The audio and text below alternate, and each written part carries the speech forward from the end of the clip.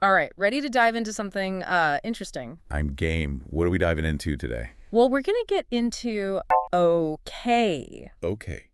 As in the word okay. You know it. I mean, we say it all the time without even thinking about it, right? Absolutely. It's everywhere. But get this, it has a super interesting, even kind of messy history. Really. Yeah. I'm intrigued. I use okay all the time, and I've never once stopped to think about where it came from. Me neither. Until we decided to, make it a deep dive. We're looking at the Wikipedia article on okay, and wow, it's more complicated than you'd think. Oh, I bet. Language can be surprisingly twisty like that. So spill the tea. Where does okay come from? Okay, so the most popular theory is this whole all correct thing. All correct. Sounds like something out of an old-timey newspaper. Right, like straight out of the 1830s Boston newspapers, to be precise. Imagine those headlines, all correct instead of all correct.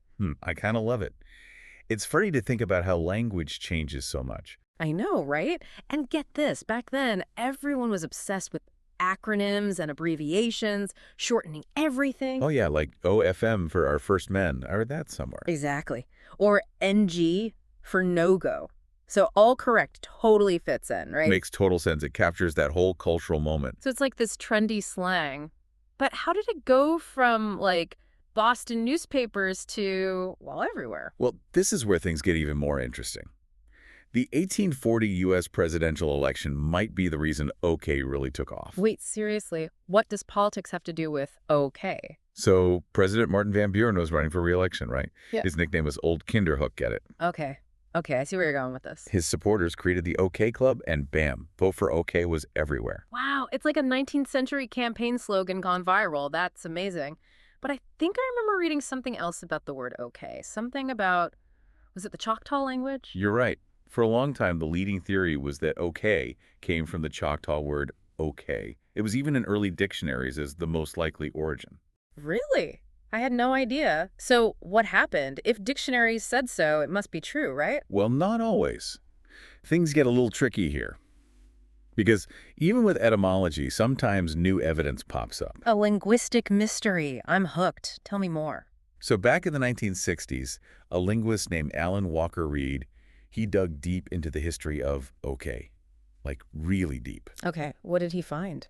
He discovered some really compelling evidence pointing back to the all correct origin. His research basically overshadowed the Choctaw theory. Wow, so it's like a linguistic plot twist. You could say that. But, even if all correct is more likely, exploring the Choctaw connection adds another layer to the story. It reminds us that language is rarely black and white. It really makes you think about how much history is woven into the words we use every day, huh? And speaking of history, okay is everywhere now. I mean, it's one of the most internationally recognized words. Absolutely. But the story of okay isn't over yet. And get this, the next part might surprise you the most. Okay, so we've got okay, maybe from Boston, maybe Choctaw, and now there's more. I gotta know, what's the next chapter in this okay saga? Get this. This one goes all the way to West Africa. West Africa. Wow, okay, did not see that coming. There's this idea that okay could be connected to phrases in different West African languages, especially those used by enslaved people brought to the Americas.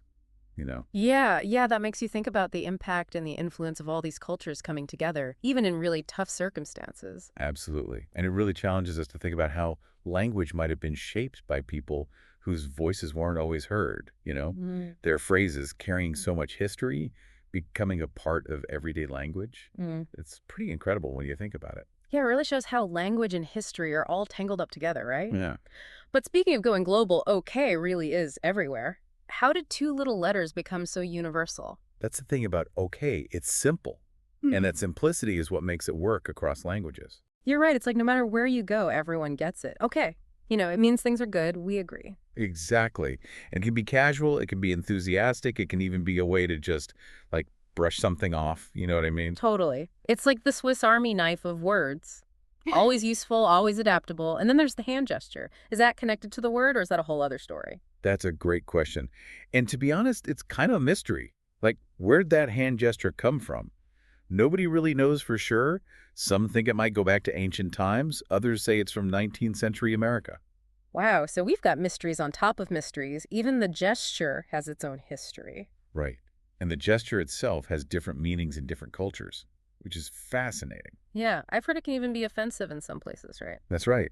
Which just goes to show that even something as seemingly universal as a hand gesture can have wildly different interpretations depending on where you are in the world. It's like every time we think we've figured out, okay, there's a whole other layer to uncover. It's amazing, isn't it? That's what I love about studying language. It's like this window into history and culture and how people think. It makes you wonder, what are we saying now that might become the next okay? Like, what will future word detectives be puzzling over? Right. What a cool thought.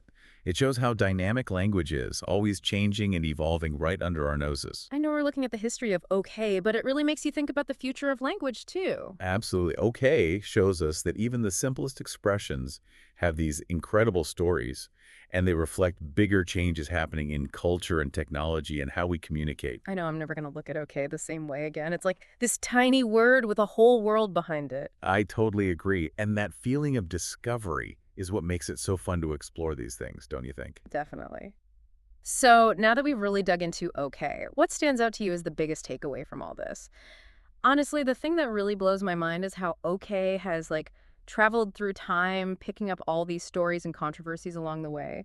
It really shows how language is always changing. Yeah, it's not like, set in stone or anything. Right. It's constantly evolving, reflecting how we communicate, the creativity, the messiness of it all. I love that. It's like okay is okay with ambiguity, with having multiple meanings, multiple origins. Exactly. Yeah. Which I think is fascinating. It makes you realize how much we just like take for granted when we're talking to each other. Totally. And it makes you wonder, what other words have these hidden stories? What else is hiding in plain sight? Right. I'm looking at everything differently now, like my coffee cup.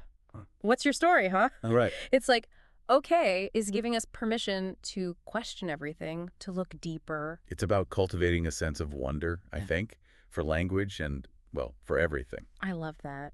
So, as we wrap up our deep dive into okay, what's the one thing you hope our listeners take away? Hmm. That's a good question.